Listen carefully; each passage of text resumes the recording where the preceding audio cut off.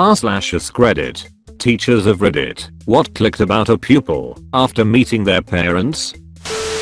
Had a kid that you looked at and it was very much a lights are on but nobody is home sort of feeling. I teach high school so sometimes that's just the phase they are in, but this one was basically living perpetually in that mode.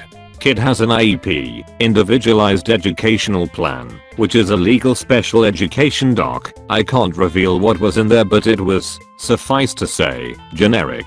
So it feels like there are pieces missing.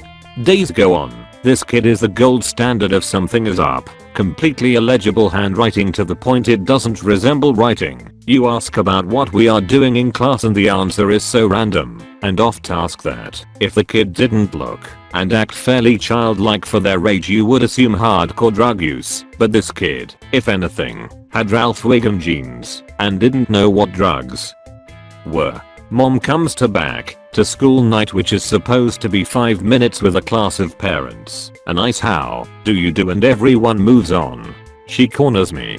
Immediately starts telling me about her concerns, that I don't fully appreciate her miracle baby who was mutant till 8, didn't walk until 4, walked backwards first, and had an IQ of about 60. They told her this kid would never make it in school, and didn't I think you just couldn't till anything was ever delayed, because this is a miracle. That's why she blocked all mention of those conditions from the documents, because people would never guess otherwise. Miracle. When the word miracle comes up from a parent it always explains a lot. We had a crazy kid in 6th grade a few years back. I mean, he was the type of kid you assume will probably go on a shooting spree at some point. He was diagnosed with all sorts of acronyms/acrostics, so he was on a ton of meds. On his medicine he was defiant, but manageable. Typical class clown type stuff. Off his medicine, oh man. We could all tell when he came in the building whether or not he had taken it. It was in his eyes or something. He routinely refused to do anything and had to be physically carried, limp-bodied, to the principal's office a few times. He hit a teacher once and called another one a bitch to her face. In the same day, we had parent/teacher night and his mom came in. She was 26. He was 12. It became clear to us that the reason he was off meds so much was because she was taking them. She had also just had another baby, so he was acting out more because of that. His mother had a very low IQ, clearly, and so did he. He ended up getting sent to alternative school eventually. Never saw him again. Didn't actually meet the parents, but was recently told about the parents of a 9th grader I have. Apparently, the dad is super verbally abusive, constantly belittling the son. Like, bordering on reportable abuse, but just not quite over that line, his former teacher said. This kid acts out, is constantly seeking positive attention, has no self-esteem, despite being pretty smart and capable. It all just makes a lot of sense now. Edit. For all the people who are saying that I should report it, I have not personally witnessed the abuse, nor have I even met the parents in question, so it wouldn't be appropriate for me to report it anyway. In fact, in my state, there are penalties if I were to do so.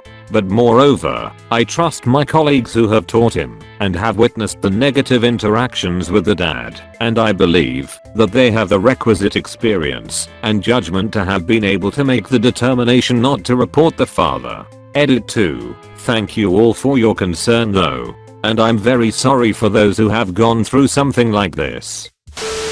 I'm the kid.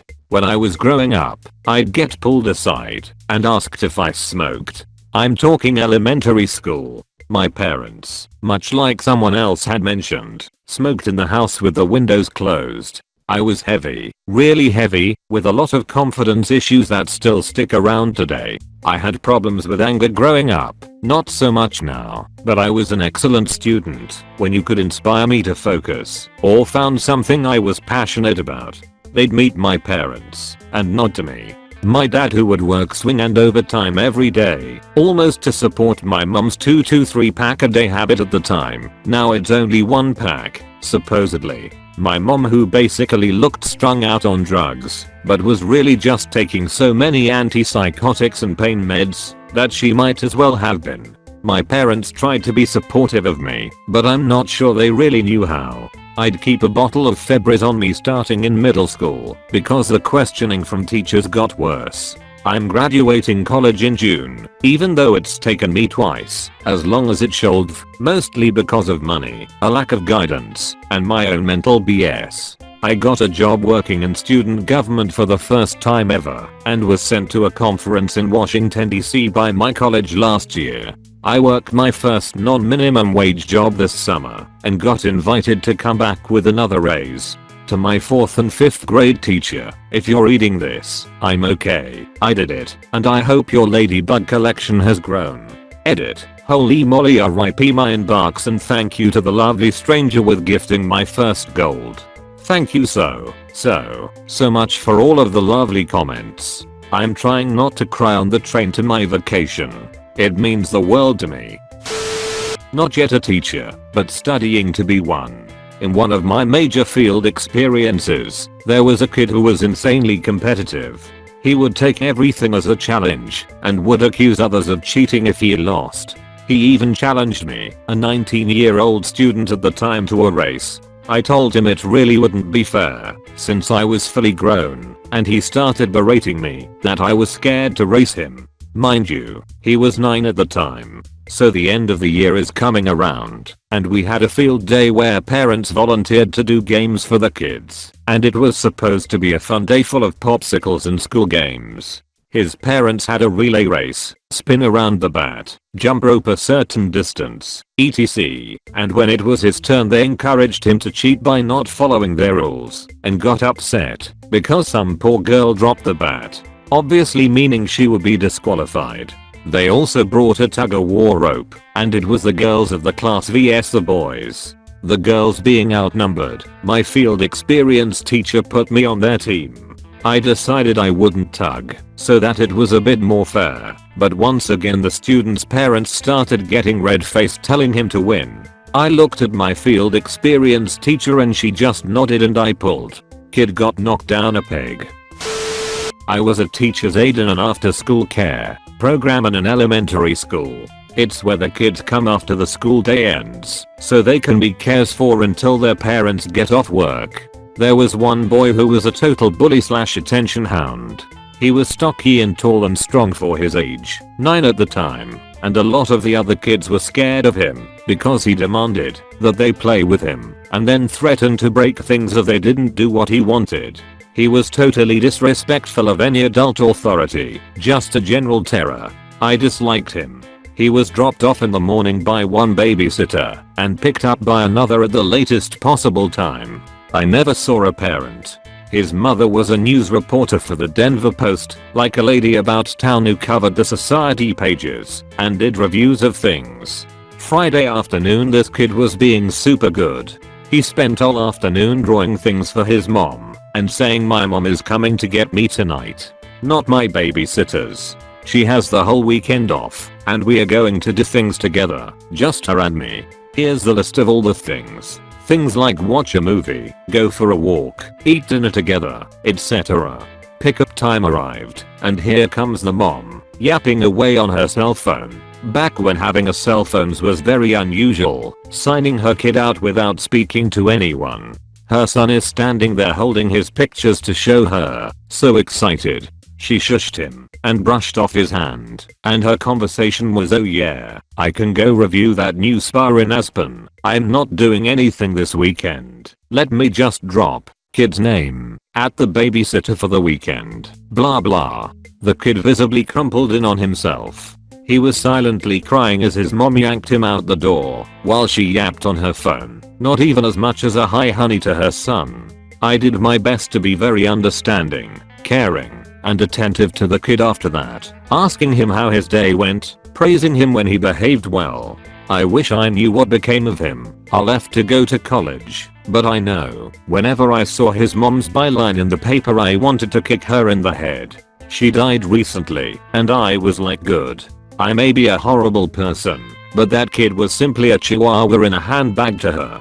Her obituary said she was especially devoted to her son, and I wanted to puke. All I could see was that little boy with his drawings in his hands, brushed aside by his mother, collapsing in on himself.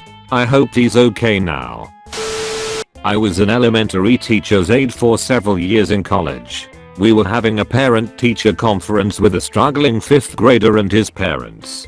The poor kid was bright, but somewhat lazy, and reading at barely a 1st grade level. The teacher laid out what we've been working on with the student individually for the last few months, to try to improve his reading, and get him engaged in learning.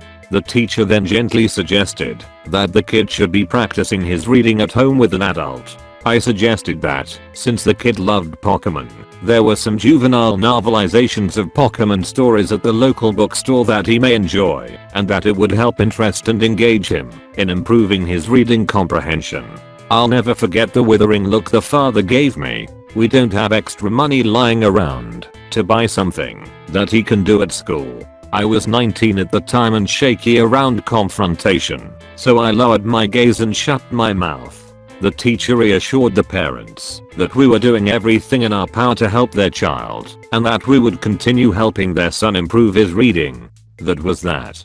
A few days after this, the students were taking turns at the end of the day telling us something good that happened to them that week, a ritual that I really admire, that the teacher started. The kids loved it. When it was the struggling student's turn, he stood up and got an empty video game case and controller out of his bag and said, "This week, my dad bought the new PlayStation and lots of new games, and we've been staying up late every night playing." I almost cried in frustration and pity.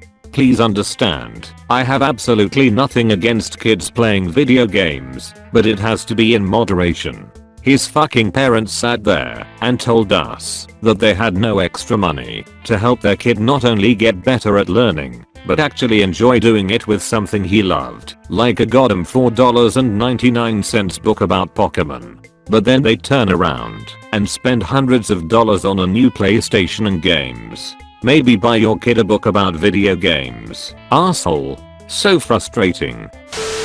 Student teaching for high school seniors and juniors. I had this guy that was a shady 80, no specific problems, just very low intelligence. But this guy worked his ass off. Never a late assignment, did all extra credit that was offered. Usually extra credit is done by those who don't need it, and ignored by those who do need it. Made flashcards for like every test and quiz, even though I never said to a model student, just had low test scores.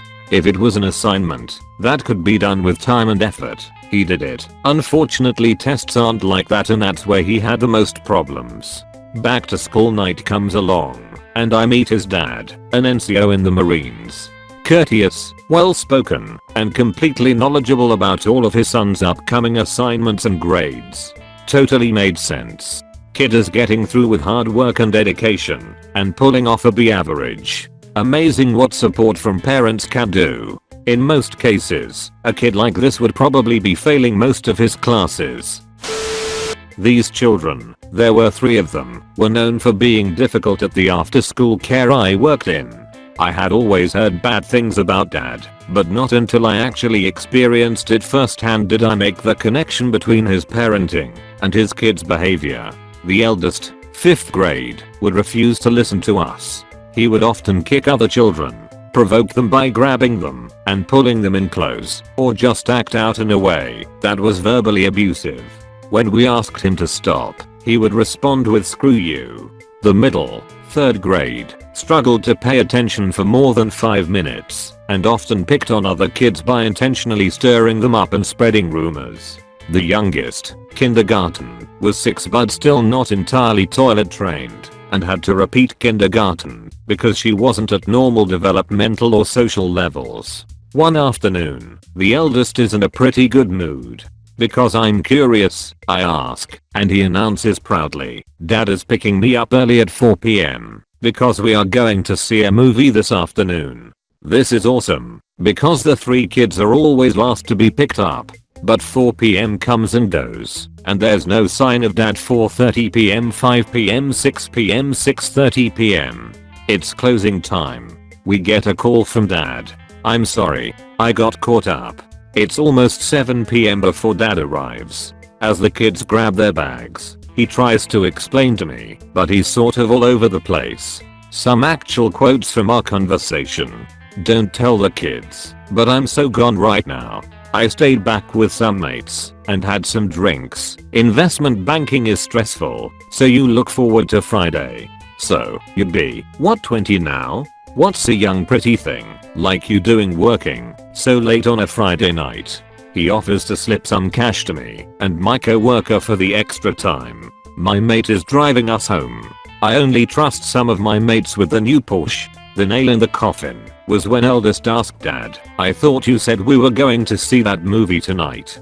To which he replies simply, "Oh, yes sorry mate, I forgot." And in that moment, I realized that these kids were being told over and over and over, "You don't really matter that much to me." Edit. About 2 months after this happened, the kids packed up and left the school with about a week's notice. Although they told us how much they hated us regularly, I hadn't ever seen them all as quiet as in that last week. We haven't seen them since.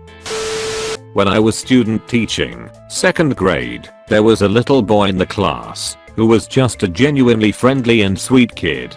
He struggled a little academically when it came to learning to read and his handwriting had some problems, but he was the hardest worker and never got frustrated or thought that we were stupid like many other students with those difficulties do. He was well liked by everyone and didn't have a mean bone in his body, and he was extremely well adjusted despite the fact that his parents were divorced. I ended up meeting both parents separately during field trips. Both parents are extremely involved in his life and put him ahead of any of their problems they have with each other. They genuinely want what's best for him and it shows. The dad takes him out to the sports bar for boys night, where they share root beer, which I thought was really cool. Both parents genuinely are awesome people with great attitudes and it definitely shows in their kid. I don't know if this counts, but I used to help tutor ESL to Spanish speaking immigrants. There was one woman who was super focused and dedicated and was making real improvements lesson to lesson. But she would miss massive amounts of time because she said she had to work, take care of her kid, and it really hurt her studies. She was stressed and frustrated all of the time, even though she said she loved her job and was doing alright for herself. Then one day she brought her mother in because she hadn't been to tutoring in a month and needed to come, I guess. That woman was a terror. She wasn't even that old, probably in her late 50s. She yelled at her granddaughter, who also came along, and would smack her randomly, complaining that she was so well behaved. It clicked that the woman was missing so much time because she had to babysit her mother just as much as her daughter. I felt so bad for her that she had such a burden and yet so much respect that she'd go through so much to care for her mother. I was that kid. Father worked shifts, and when he was home he was doing backyard car repairs to help make ends meet. Not because he didn't earn a good living, he actually did, but because my mother was a gambling addict. Instead of addressing the problem, he focused on solving the symptoms. I went to school from an unheated house with a mother still in bed and no breakfast in freezing weather with no coat because she spent the money on gambling. Went 4 years without medical treatments for the same reason. No toothpaste, no hair conditioner, no haircuts, old shoes, socks, and underwear with holes, all because anything she could make us do without went to gambling. Hair was done in the frigid school gym in bare feet and a shirt, because gym shoes and sweatshirts cost money that could be used to make bets instead. One day the vice principal called me to her office. Not to reprimand me, but to give me the optional pieces of uniform I didn't have, like a coat and a school blazer. They were the options without which you froze half to death as you walked or biked several miles to school. She didn't make a big deal out of it, she simply met a need. Her act of kindness lit a spark in me. To this day, almost 40 years later, I still put money, time and hard work into caring for others and charity work. I'm the mum who will volunteer at school, quietly contribute anything the teachers are short of, that person. Not for recognition or thanks. In fact, I'm embarrassed if you do that.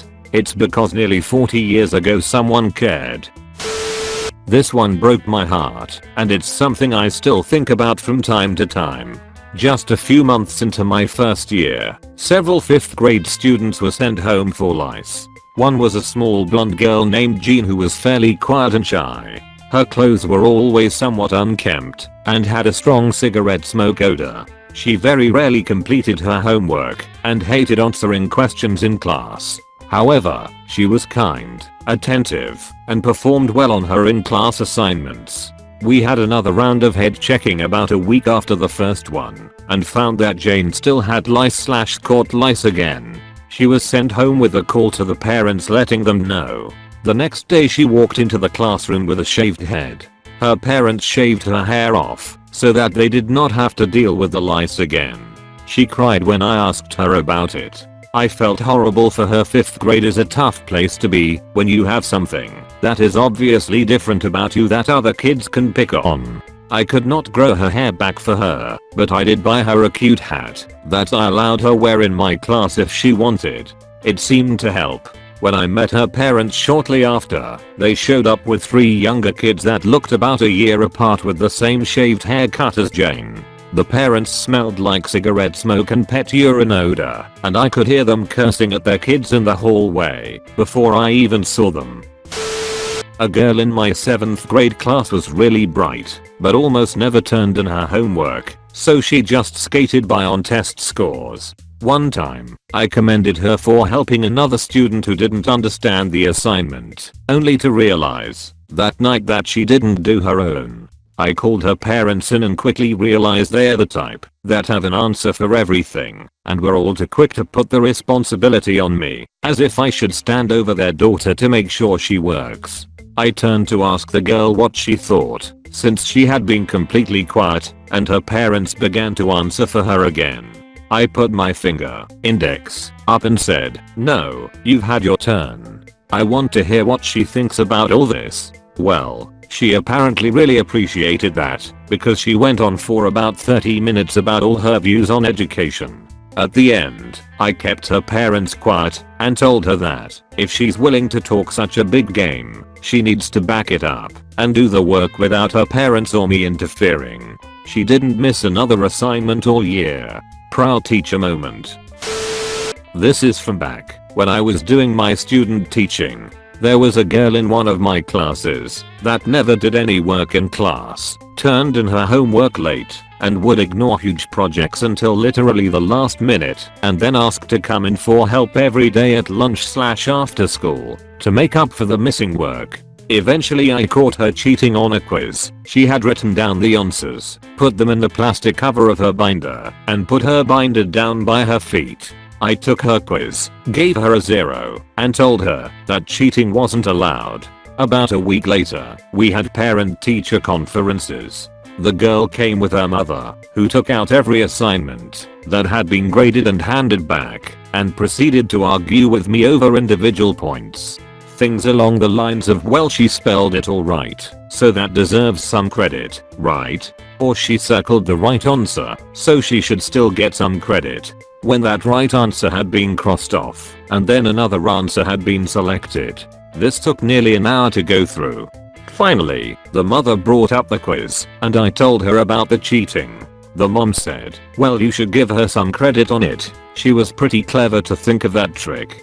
From then on, I made sure to schedule meetings with myself, my mentor teacher, and the principal present. Not a teacher but a student. In kindergarten we had this kid who was really odd and smelled funny, but he seemed cool, so we would hang out at recess. I had a birthday party, and it was only supposed to last maybe a few hours. All of the kids but him went home fairly early, but it was really late and his parents still hadn't showed up. I was getting tired and wanted to go to bed, so my parents set up some blankets for us in the living room, and we had a sleepover. At 2 AM his parents finally show up, after multiple calls with no answer. Instantly I realized what was up. Even as a small child I knew these parents were the definition of white trash. They reeked of alcohol. My mom's side of the family is full of alcoholics, so I knew what it smelled like. They also told some bullshit story about how they had new tires of their car and the speedometer showed the wrong speed, and they got pulled over, and some other bullshit. It all clicked, why he acted so odd, and why he smelled. It was cigarette smoke. At the start of 1st grade he never showed up, and like a month into the year he was there for a few days. Then randomly in 3rd grade he showed back up again for a few weeks. I never saw him again after that. I looked him up on Facebook a while back, and it looks like he is following in his parents' footsteps up falling into every white trash stereotype. I asked my parents about this kid a while ago, and they said that the reason he wasn't with us in school for a few years is that he got taken away by Child Protective Services, which my mom called. Then he came back the W times, because that's when his parents got him back, but he was taken away again and that's why he left us. I feel bad for the kid, because at first he was really nice, but over time as I saw him again he became more mean and rude. Such shitty parents. One of my students is safe playing. He won't try any new ideas while doing maths, and would frequently look out to applying some formulas. I used to think that he genuinely is less creative than others, but at times, particularly when playing games, he would show bursts of real brilliance. When I met his mother, it clicked why. The mother burst into tears saying she was afraid what would happen if the child would fail. She really desperately wanted him to succeed, and because of this desire, has all but closed his chances of success. He is so afraid of failure that he doesn't even try. There was another one. He was really afraid of both succeeding and failing. His line of thinking went like, if I succeed, the parents would expect more. So, let's fail. Then, he will flip. If I fail, they will scold me. He led a torturous life. I have a belief that the two biggest blocks in the development of a child are his school and his parents. Most of the flaws in a kid's personality can be attributed to one of the two or both. Thank you so much for watching the whole video. Please leave a like and subscribe.